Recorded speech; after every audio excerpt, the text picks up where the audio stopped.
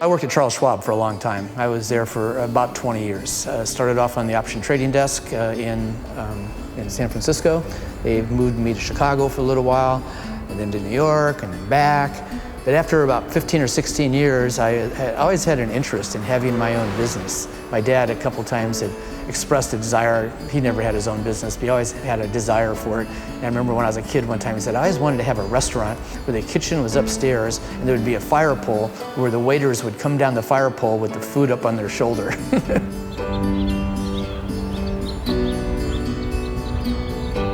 We took a trip to South Africa in '03, and there we decided to have a winery, and I became his partner because we wanted to make a old world style California wine.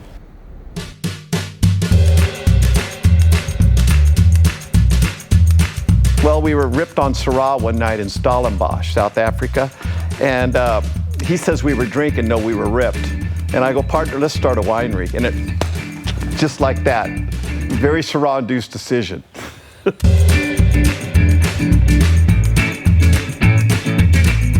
I came down here with my wife in 1999, just thinking about a vacation home. You know, this was 700 acres of ground squirrels and weeds in 1999. I asked a friend of mine, what do you know about Paso Robles? And he said, well, there's a nice lake there. We used to go water skiing there when we were kids. And this person didn't even mention, the vineyards or the winery or anything. So I met Steve at the gate, interviewed to build the barn, which is now our winery. And I came in on time and under budget, which is unheard of. I always say that's really bitching.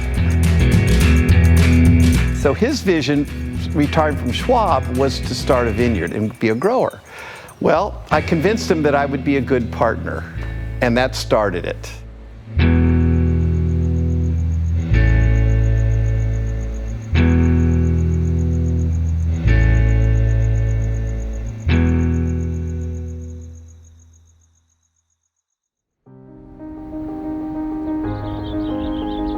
Some people refer to wine as, well, it's it's an art, but then there's a lot of science behind it too. And so I will kind of use the science as a little bit of guide, but ultimately, yeah, it does come down to taste.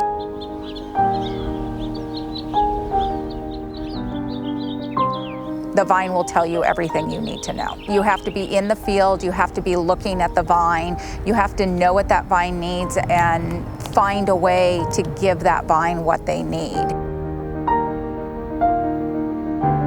We will do multiple picks off of a block, ferment it, and each one of those is going to taste differently. And then each barrel is going to taste slightly different. And so it's by going through and choosing each barrel or each lot of wine, I can hopefully create more of a natural balance when it comes to the final blend.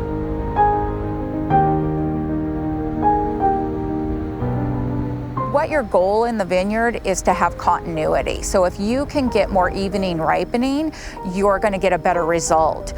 We're also using shade cloth, which allows us to shade the afternoon side so that we're getting the morning sun to ripen, but we're not getting the burning on the hot afternoon sun. That is a technique that really is not used unless you're one of the higher class wineries, which Cass is.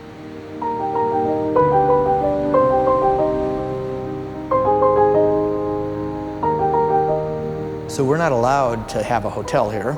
The nearest hotel is about 6 miles away, but we are allowed to have a B&B. My partner came to me and goes, we're going to build an event center, which is where we're sitting, and then I want to do a B&B, and let's make them out of containers.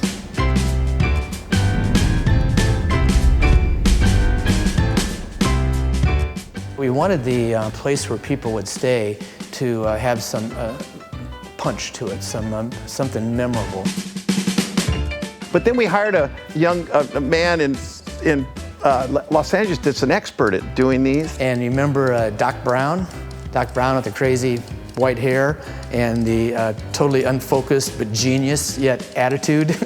That's who we got. We put them up in the air, which even made it more difficult because of all the seismic issues and all the engineering. But if you would have set them on the ground, it would have been boring. I'm glad they're done, but there's my heart and soul over there.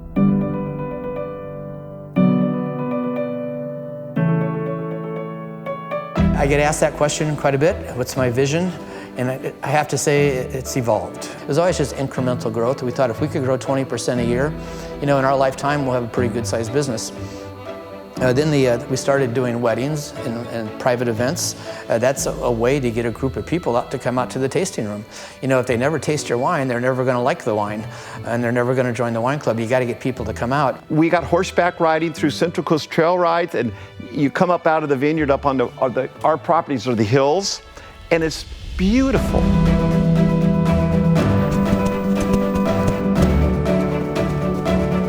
We started doing the sunset ride about a year and a half ago, and it is pretty much our most popular ride now. We're virtually full every single night that we're able to ride, weather permitting.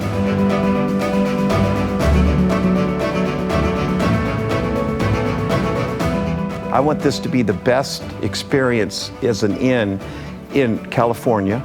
We're getting more sustainable and more where we can take care of ourselves on our own land. So we're setting up to have some people really enjoy the ranch. And the goal is to come and enjoy the ranch. And that's what it's all about.